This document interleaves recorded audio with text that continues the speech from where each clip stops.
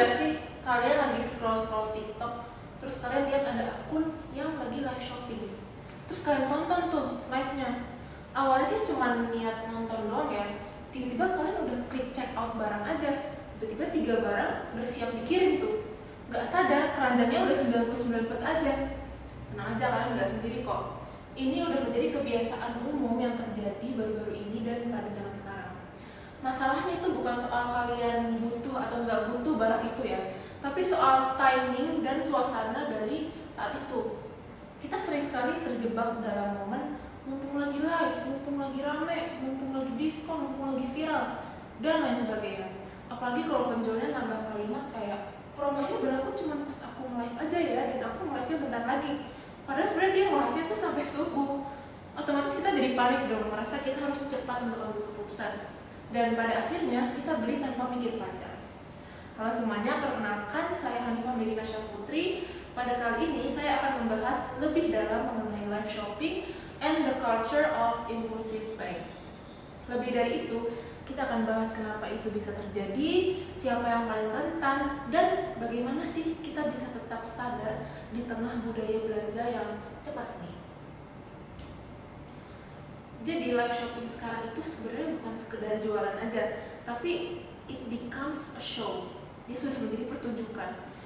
Penjual live dari pagi sampai malam, influencer pakai baju-baju yang lucu, kasih diskon gila-gilaan, dan kita sebagai penonton menjadi pembelinya. Semua itu terjadi begitu cepat dalam satu layar. Dan yang lebih menarik lagi, sebenarnya semua orang itu bisa aja jadi penjual di platform itu. Dan hal ini udah nggak jadi e-commerce biasa aja, tapi menjadi interaksi digital real time yang membuat kita itu merasa terlibat langsung dalam drama penjualan itu. Di sini ada data yang mengatakan bahwa pengguna Shopee Live dan TikTok Live itu meningkat tajam pada tahun 2024 dibandingkan dengan aplikasi-aplikasi lain. Terutama saat double date atau kita kenal sebagai 11-11, 12-12, 10-10, dan lain sebagainya. Karena live shopping ini ngasih kita ilusi, kalau kita nggak beli sekarang, kita rugi. Mereka menciptakan tekanan yang terus-menerus. Padahal ya barangnya ada terus dan seringnya nggak se-worth it itu. Dan kita sering sekali terpancing dengan iming-iming stok sisa 2, buruan digercepin check out sekarang. Produk ini nggak akan aku restock lagi. Diskon ini cuma ada pas hari ini aja, pas aku nge-live doang. Nah, kata-kata ini itu membuat kita merasa terlambat jika kita tidak ikut. Dan ini menciptakan keinginan kita untuk membeli yang kuat. Padahal sebenarnya tanpa diskon pun mungkin barang itu kita tetap nggak butuh.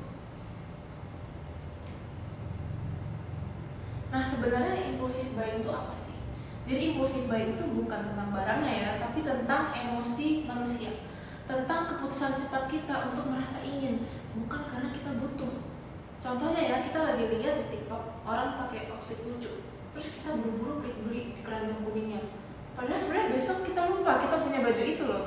Dan besoknya lagi kita scroll lagi dan kita beli lagi, dan terus-menerus siklusnya nggak akan pernah berhenti. Sebenarnya impulsif ini tuh hal yang manusiawi ya, tapi ketika impulsif ini terjadi terlalu sering, kita kehilangan kendali atas pengeluaran duit kita. Kita tidak punya waktu lagi untuk berpikir panjang, semua terjadi begitu cepat. Seperti ada dorongan dari luar yang terus menekan tombol beli. Dan seringkali kita merasa bahwa kita hebat gitu setelah kita membeli. Dan setelah itu kita juga cepat merasa bersalah. Mungkin kalian sering dengar ya ada pepatah, lebih baik menyesal membeli daripada menyesal tidak membeli. Stigma ini tuh sudah tertanam pada generasi muda yang menjadikan belanja itu hal yang sedang populer dan menjadi sebuah kewajiban dalam hidup mereka. Dan yang membuat berbahaya adalah ketika impulsif buying ini tidak kita sadari lagi sebagai sebuah pola, tapi kita anggap ini sebagai hal yang biasa untuk kita. Padahal dari kebiasaan kecil itu bisa tumbuh masalah keuangan yang besar. Maka dari itu sebenarnya penting sekali untuk kita memberikan ruang berpikir sebelum kita membeli sesuatu. Jadi kita harus memberikan jeda untuk keinginan kita.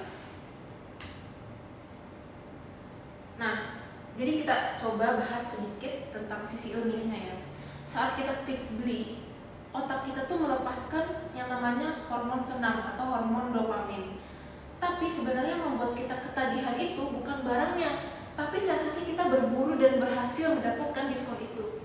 Kayak kita main game aja, setiap kita keberhasilan check out di menit terakhir, itu membuat kita tuh kayak merasa puas gitu loh. Tapi yang menarik adalah dopamin ini tuh bekerja di otak kita sebelum barangnya itu datang. Tapi kita merasa excited gitu, membayangkan si paketnya itu bakal datang. Tapi pas dia datang ya kita jadi biasa aja, hilang gitu rasa senangnya. Pernah gak sih kalian merasa kecewa setelah paketnya dibuka? Mungkin bukan barangnya yang kurang bagus, tapi karena sensasi menunggu paketnya itu udah habis. Nah, itu adalah siklus dopamin yang bekerja dalam belanja cepat ini. Dan ini yang membuat impulsif buying sangat tricky, karena kita tidak membeli lagi karena butuh, tapi untuk kita mengejar sensasi aja. Dan semakin sering kita berhasil, semakin otak kita tuh menginginkan pengulangan terus. Dan hal ini udah menjadi kebiasaan kecil yang pelan-pelan akan menjadi ketergantungan diri kita. Nah, kalau misalnya kita ditanya siapa sih sebenarnya yang paling kena dampak dari hal ini, jawabannya ya sebenarnya kita semua. Tapi yang paling rentan itu adalah mahasiswa, pekerja muda, dan ibu rumah tangga. Kenapa sih tiga itu yang paling terkena? Karena tiga-tiganya itu sering online, sering main HP, terpapar konten, dan berada dalam tekanan. Tapi tekanan ini adalah tekanan untuk terlihat keren, up to date, dan ikut tren. Misalnya mahasiswa seperti saya punya waktu luang di sela kuliah, saya scroll TikTok, terus saya lihat ada diskon, saya langsung klik keranjang kuning dan beli. Atau misalnya pekerja muda yang capek habis kerja terus nyari hiburan lewat belanja.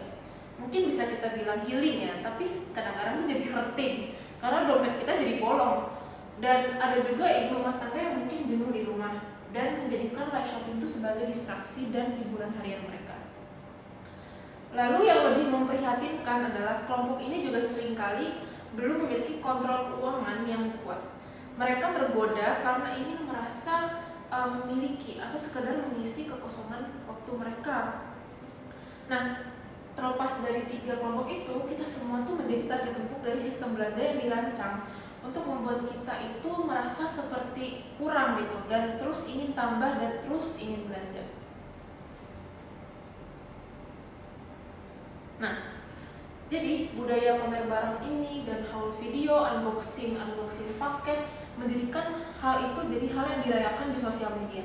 Padahal sebenarnya kita nggak tahu kondisi keuangan tiap orang tuh kayak gimana. Kita cuma lihat highlightnya, bukan prosesnya. Dan ini menekan banyak orang untuk ikut-ikutan aja, meski mereka tuh belum tentu mampu dan punya duitnya.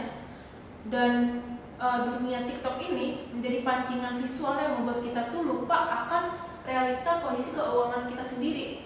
Dan yang paling menantang itu adalah ketika kita itu merasa kurang keren. Jadi kita nggak ikutan tren dan kita takut dikucilkan dan tidak relate dengan obrolan teman kita. Padahal semua itu adalah siklus konsumsi yang tidak akan pernah habis.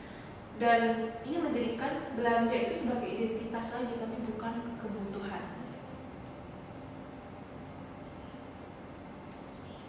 Nah, kalau ditanya siapa yang membuat kita terjebak, jadi impulsif buying ini dan live shopping ini itu sudah menjadi strategi dari perusahaan itu. Ada countdown, ada tulisan 50 orang sudah beli, ada notifikasi stok tinggal 3. Semua itu bukan sebuah kebetulan. Itu adalah strategi marketing. Semuanya didesain untuk menciptakan ketegangan agar kita itu sebagai pembeli bertindak secara cepat. Dan sebenarnya kalian itu nggak lemah karena tergoda, karena emang sistemnya yang dirancang seperti itu. Bahkan banyak sekali perusahaan yang punya tim khusus yang menganalisa cara membuat kita tergoda kepada penjualan mereka. Mereka tahu kapan kita paling rentan, apakah malam hari atau saat kamu bosan, saat kamu lelah, atau kamu begadang. Maka dari itu banyak banget diskon yang muncul malam atau tengah malam. Jadi kita tuh harus sadar bahwa itu kita bukan nggak kuat nahan nafsu, tapi karena sistemnya yang memang dirancang untuk melemahkan kita. Nah, tapi aku punya berita baiknya. Jadi kita itu bisa melawan dengan kesadaran kita. Karena semakin kita tahu cara kerjanya, semakin kita bisa mengambil kendalinya. Nah, jadi apa yang bisa kita lakukan? Pertama, di sini ada metode yang dinamakan the 24-hour rule. yaitu kita menerapkan aturan jeda 24 jam sebelum kita membeli. Dalam behavioral economics, ini dikenal sebagai yang namanya cooling off period, yaitu kita memberikan waktu agar impuls emosional kita mereda dan logika kita kembali bekerja. Nah, jika setelah 24 jam kalian merasa kalian emang butuh barang itu, mungkin emang kalian harus beli barang itu dan memang ada nilainya. Tapi jika keinginan kalian itu hilang, mungkin kalian cuma kebawa suasana doang, dan ini menghindari kalian membeli dengan sembarangan. Nah, kedua, kalian bisa membuat namanya one need matrix. Jadi one need matrix ini kalian membuat daftar belanja mingguan atau bulanan yang membagikan jadi 2 kolom, yaitu needs dan wants. Needs itu kayak kebutuhan primer kalian, kayak makanan, transportasi, kuliah, dan lain sebagainya. Kalau wants itu keinginan sekunder kalian, kayak skincare, make up, tote bag lucu lah, casing HP baru, dan sebagainya. Nah, ketika kamu mengidentifikasi kebutuhan dan keinginan kamu secara sadar, kamu mengaktifkan bagian otak yang berperan dalam yang namanya executive control. Executive control ini membantu kamu membuat keputusan yang rasional, bukan secara emosional. Lalu, ketiga, kita gunakan sistem yang dinamakan budgeting 50, 30, and 20. Jadi ini adalah pendekatan yang paling praktis untuk kita mengelola keuangan pribadi. Jadi itu kita membagi 50% untuk kebutuhan dasar atau needs, lalu 30% untuk keinginan atau wants, dan 20% untuk yang lainnya atau tabungan dan investasi dan lain-lain. Nah, dengan kita membatasi porsi belanja untuk keinginan 30%, maka kita bisa memberikan ruang untuk bersenang-senang, tapi masih dalam batas yang sehat. Nah, lalu metode keempat adalah kita kurasi isi konten yang kita konsumsi, yaitu dinamakan digital environment detox. Jadi konten yang kamu konsumsi ini sangat mempengaruhi keputusanmu. Dalam psikologi, ini tuh disebut sebagai social comparison theory. Jadi kita merasa kurang karena melihat orang lain punya lebih. Nah, langkah yang bisa kita lakukan adalah unfollow akun-akun yang isinya pamer haul, flash sale, atau testimoni barang yang gak memberikan kita edukasi. Jadi kita gantilah dengan memfollow akun-akun edukatif soal keuangan, tentang minimalisme, tentang gaya hidup sadar, dan lain sebagainya. Kalian harus ingat ya, jadi algoritma sosial itu akan memberi kamu apa yang sering kamu klik. Jadi kalau kamu mengubah apa yang kamu klik, maka kontenmu akan ikut berubah. Nah, yang kelima adalah kita menerapkan one in and one out rule. Jadi setiap kali kamu ingin membeli barang baru, misalnya baju, sepatu, make up, skincare, dan lain sebagainya, kamu harus siap mengeluarkan atau menyumbangkan barang yang serupa yang telah kamu miliki sebelumnya. Jadi prinsip dari rule ini itu kita berasal dari gaya hidup minimalis dan berfungsi sebagai rem kita.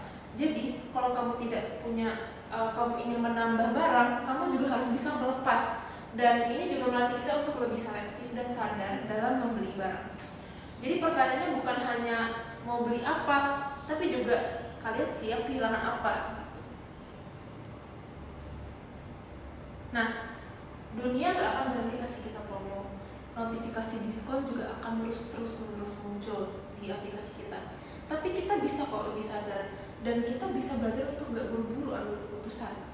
Kita bisa membentuk pola baru yang lebih sehat dan lebih tenang. Karena sebenarnya kontrol itu bukan ada di sistem penjualannya, tapi di diri kita sendiri. Belanja itu boleh, tapi kita harus sadar. Kita harus nikmati, jangan sampai dikendalikan. Karena uangmu, waktumu, dan pikiranmu itu berharga untuk diskon doang. So, let's be smarter. Mari kita ubah budaya dari impulsive buying menjadi mindful buying. Let's shop smart, not fast. Karena belanja yang bijak itu bukan berarti kita pelit, tapi berarti kita harus tahu kapan kita harus bilang cukup. Thank you for your attention. Semoga pencerahan ini bisa membuat kita semua lebih bijak dalam menghadapi godaan strategi penjualan zaman sekarang.